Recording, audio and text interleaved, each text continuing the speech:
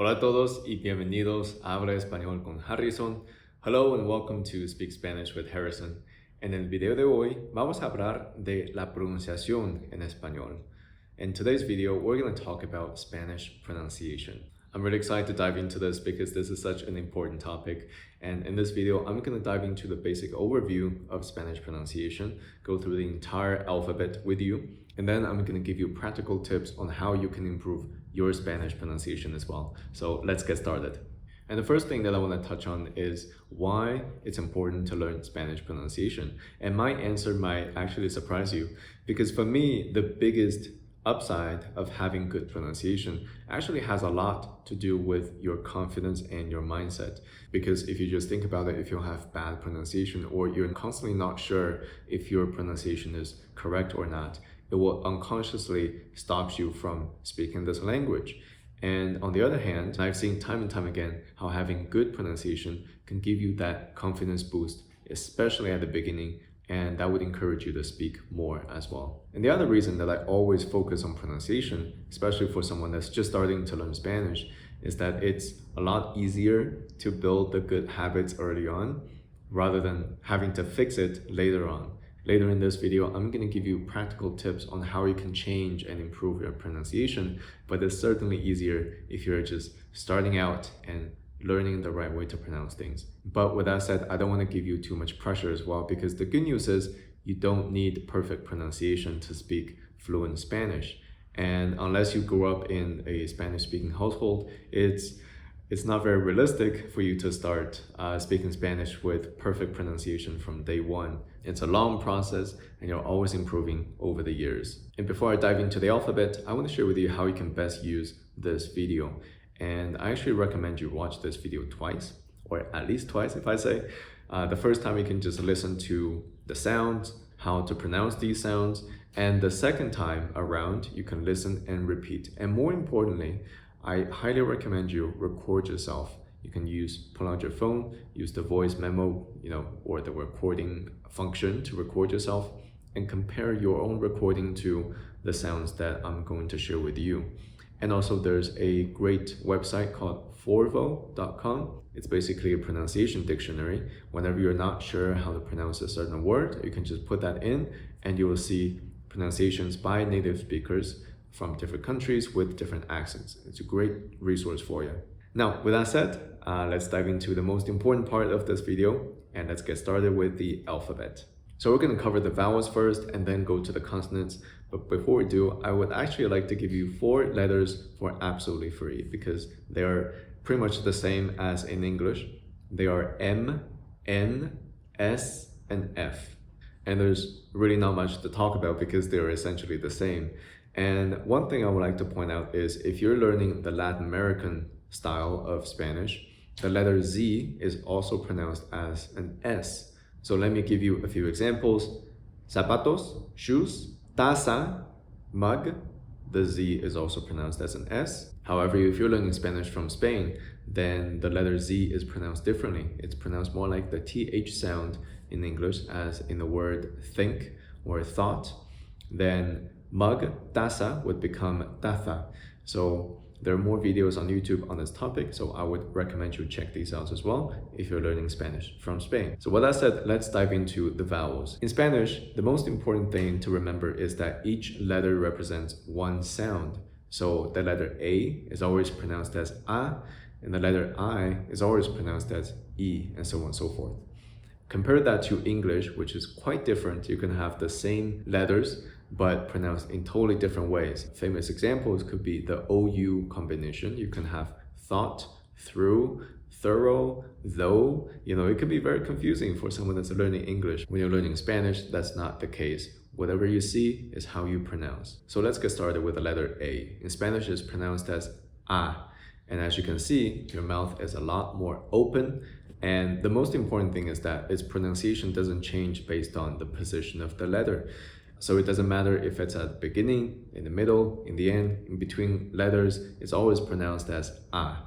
And one common mistake that I see a lot of people make is to change the sound A to the sound, as you would hear in English words like around, about, above. That does not happen in Spanish, so just to keep that in mind. The second letter E in Spanish is pronounced as E. This is, I would say, the most typical sound of the Spanish language, because if you talk to a Spanish speaker and when that person is thinking, they would say eh, because this is their default sound basically. And one thing that we can hear is that it's a lot stronger than English. And another common mistake that a lot of people make with this letter is to add the sound E at the end. So instead of saying E, they say A. So for example, if you want to say me gusta, they would say me gusta, which is it's tiny, it's subtle, but it's still a mistake. So when you're learning words with the Spanish letter E, just keep that in mind that it just represents one single sound, E. Following that, we have the letter I, in Spanish pronounced as E. This is a lot easier because we have this sound in English, like in easy, feet, beat. So it's pretty much the same sound. And after that, we also have the letter O, in Spanish pronounced as O. The tip that I would give to help you pronounce the sound is first is to round your lips, O. So really try to exaggerate things and then you can kind of make it more natural. So first, round your lips, O. And second is to make it just one single sound, because a lot of people, I know this, is they would pronounce it as O. And so it just slides into the U sound, which doesn't really happen in Spanish. And lastly, we have the letter U. In Spanish, we pronounce it as U. This is pretty simple, and the only thing I want to point out is that the letter U is always pronounced as U, and not to confuse it with the U sound in English. So in words like music, museum, university, all the letter U is pronounced as U. In Spanish, they are pronounced as música, museo, universidad. Okay, so that's very simple. And now let's dive into the consonants. I have arranged the consonants in different groups and pairs. And the first group is actually 3 pairs of consonants. They're P versus B, T versus D, and K versus G. And let me explain why they're paired together. So if you take the first 3 letters of these pairs, so we have P, T, and K. In English, as you can hear, there's a lot of air involved in their pronunciations. However, in the Spanish version, it doesn't come with a lot of air. So P becomes P, T becomes T, and K becomes Ka. And I also want to point out that the letter K, you actually won't see that a lot in the Spanish language.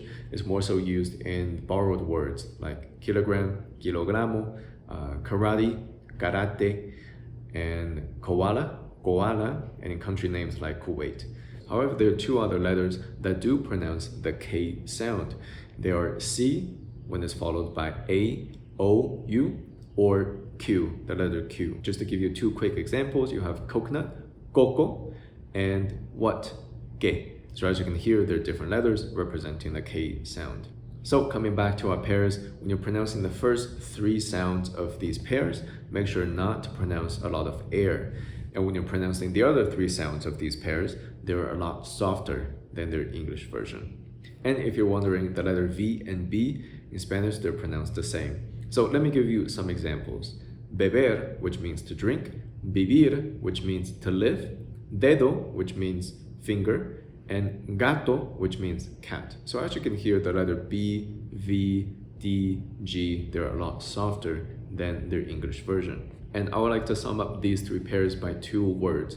And the first word is capitán, captain. And as you can see, we have C, we have P, we have T. And as you can hear and feel, there's less air in pronouncing these consonants. And the second word is abogado, lawyer. As you can hear, they're really soft consonants.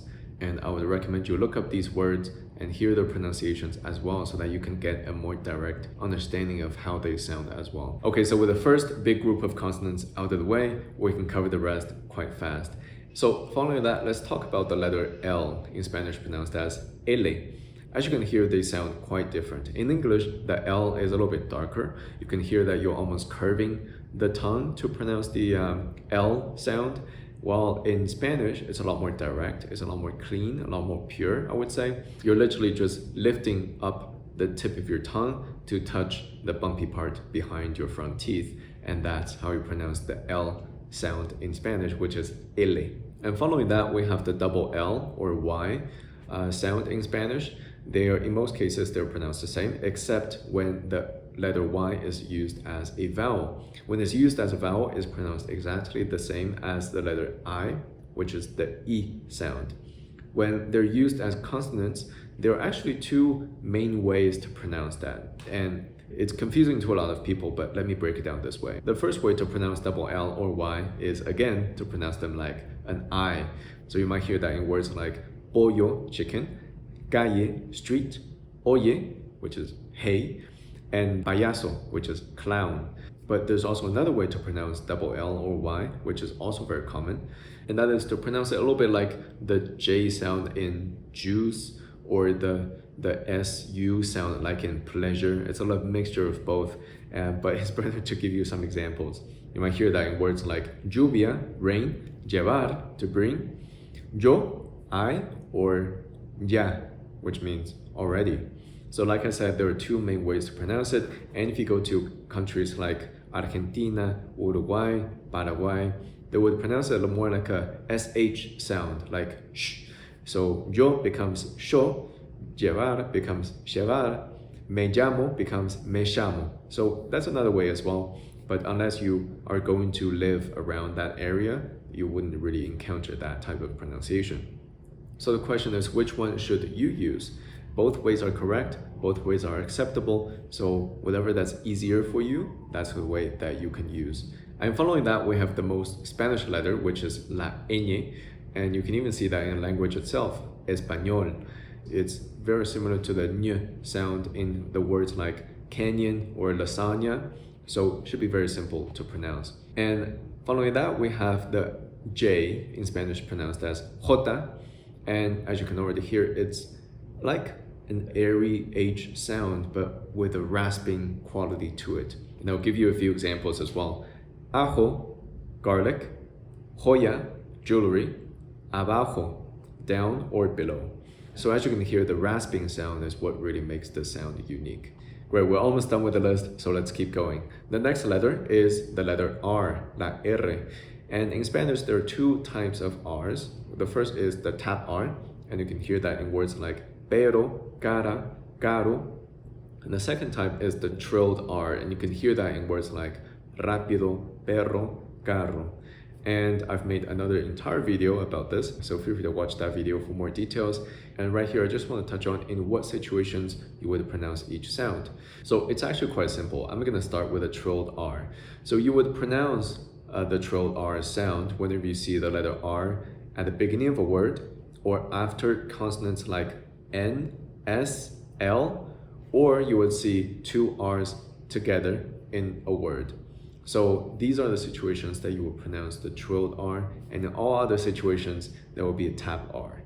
The trilled R sound can be a little bit tricky, so give yourself some time, be patient, and with practice, you should be able to handle that with no problem. Now the following two letters, they aren't that common in Spanish either. The first letter is W or W in Spanish, and it's mostly used for names of places, countries, or people, and it's normally pronounced as the U sound. And the following letter is the letter X. In Spanish, you say X. And depending on the specific word, it might take on different pronunciations as well. Sometimes it will be pronounced as the X sound, as in examen or éxito. And sometimes it will take on the airy H sound, like in Jota, for example, you have Mexico, or in names like Jimena. Or sometimes it's just pronounced as an S, as you can hear in names, especially Mexican names like Citlalic, Xochitl. When you encounter this letter, just look up the specific pronunciation and you should be fine. And that's it. We still have another letter, which is the letter H, but because it's silent, so there's nothing to talk about basically. And the next thing I want to touch on is how to actually improve your pronunciation, especially if you've been speaking Spanish for some time and you know that you have a pretty heavy English accent. And here are my suggestions. So first thing you should do is to watch this video again, because that will help you to learn Spanish pronunciation the right way. There are also lots of other resources online for you to learn that as well, so feel free to check them out as well. And the second step is something that I've mentioned earlier, is actually to record yourself. Sometimes when you're just talking out loud, you can't really hear the tiny differences. But when you record yourself, all of a sudden you're hearing your voice from a third person perspective, and it's a lot easier to identify the differences. And the third way to improve your pronunciation is to simply slow down, especially if you have a word that you just can't pronounce or your tongue just doesn't really get to it. And if you break it down into syllables, that's a lot easier for you to pronounce. All right, so that's pretty much the entire video. And one last comment that I'm gonna make is, again, learning pronunciation is a long process. It might take a few months for everything to really settle down, for you to really know the ins and outs of the Spanish pronunciation. And also, I just want you to keep in mind that you don't need perfect pronunciation to speak fluent Spanish. Although it's going to help a lot, you're going to get a lot more compliments, people are going to understand you better, and you're going to understand others better as well. So feel free to watch this video over and over again. And if you have any questions, feel free to leave a comment below. And as always, if you like this video, please like, share, subscribe, and I'll see you in the next video. Hasta luego.